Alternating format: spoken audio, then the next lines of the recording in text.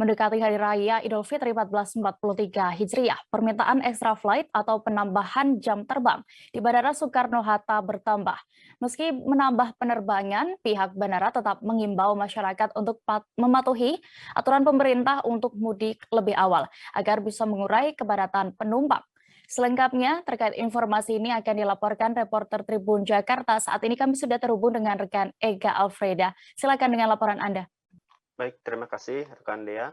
Dapat disampaikan dari Terminal 1 Bandara Soekarno-Hatta bahwa sebagaimana diketahui pemerintah pusat telah melonggarkan aturan mudik pada Lebaran 2022 seperti yang terdampak di Bandara Soekarno-Hatta, yaitu tidak ada laginya aturan harus pemudik menggunakan PCR ataupun antigen yang memberitahukan bahwa penumpang negatif COVID-19.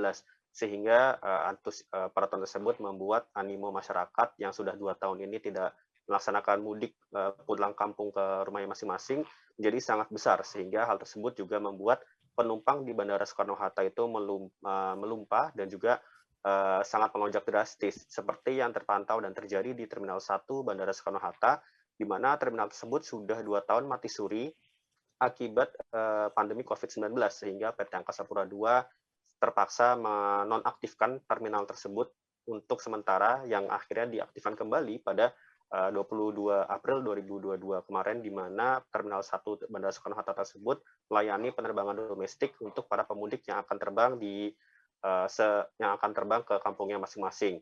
Lalu PT Angkasa Pura II juga memastikan bahwa pada mudik Lebaran 2022 ini pihaknya memastikan tidak akan ada kepadatan penumpang yang seperti terjadi pada tahun-tahun sebelumnya, di mana sempat terjadi kasus viral di mana banyak penumpukan penumpang yang terjadi di Bandara Soekarno-Hatta akibat minimnya protokol kesehatan. Namun kali ini PT Angkasa Pura II memastikan tidak akan ada penumpang yang terjadi penumpukan di ketiga terminal tersebut, sebab PT Angkasa Pura II telah membuka Terminal 1 dan juga Terminal 2 untuk penerbangan domestik, di mana dari data yang didapatkan dari tribunjakarta.com, Terminal 1 ini dapat menampung hingga 15.000 penumpang per harinya, lalu Terminal 2 dapat menampung sekitar 35.000 penumpang per harinya, kemudian paling besar yaitu di Terminal 3 Bandara Soekarno-Hatta dapat menampung sampai 45.000 sampai 50.000 penumpang per harinya, sehingga total ada jutaan penumpang yang dapat ditampung dalam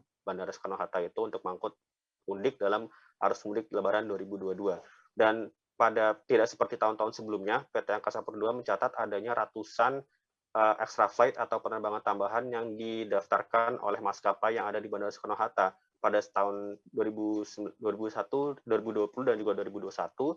Tidak ada maskapai yang melakukan extra flight lantaran sepinya penumpang karena pandemi COVID-19. Namun kali ini terdata ada 720 penerbangan tambahan yang diajukan dari berbagai maskapai seperti Garuda Indonesia, Sriwijaya Air, Batik Air, juga beberapa maskapai domestik lainnya. Untuk hal itu, PT Angkasa Pura II juga makanya mengimbau kepada para pemudik di tahun 2002 ini untuk segera melakukan mudik secara tidak serentak, tidak pada hari Lebaran seperti tanggal 2 Mei ataupun H-1 atau H-2, dan juga disarankan untuk melakukan perjalanan mudik mulai hari H-7 yaitu 2 hari yang lalu H-6 juga H-5 sekarang, supaya tidak adanya kepadatan penumpang yang terjadi pada tahun-tahun sebelumnya. Lalu PT Angkasa Pura II juga mengimbau bahwa segera melakukan vaksinasi booster yang untuk melengkapi syarat terbang, karena jika belum mendapatkan vaksin kedua ataupun vaksin booster, penumpang masih harus diwajibkan membawa PCR, hasil PCR yaitu negatif COVID-19 ataupun negatif COVID-19 melalui swab test antigen. Begitu yang dapat dilaporkan dari Bandara Soekarno-Hatta. Terima kasih sudah nonton. Jangan lupa like, subscribe, dan share ya.